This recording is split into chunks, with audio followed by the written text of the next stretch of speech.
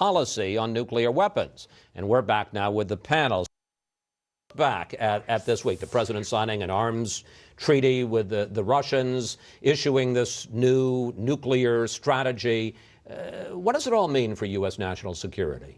Well, to hear, Chris, that I think it's very concerning. I think if you look at the new nuclear strategy, the extent to which it limits American freedom of action, it limits our nuclear deterrent, it limits our ability to use that nuclear deterrent to defend our allies against a massive conventional attack, says we won't produce new nuclear warheads.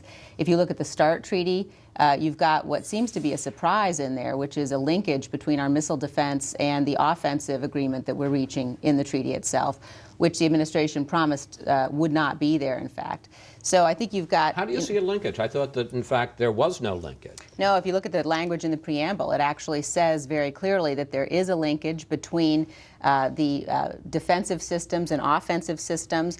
Now, some can say, well, that's a preamble, and therefore it's not legally binding. There's no actual action. The Russians themselves have said, actually, it is legally binding. And, in fact, if the Russians themselves feel that our missile defense systems begin to encroach on their security, that allows them then to pull out of the treaty, which in an administration like this one, which is so concerned with placating and pleasing the Russians, could in fact be binding on us. But you add to that also what you see happening with Iran, which is this big new progress that's been announced, which was, a 3-hour meeting at the UN that was described as constructive but inconclusive.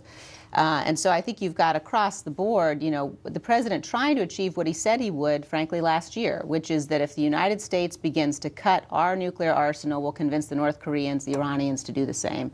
It's a dangerous approach. It's preemptive disarmament. It's, appeasement, to be blunt. And I think that's a path that the United States shouldn't go down, and never in history has that path kept any nation safer.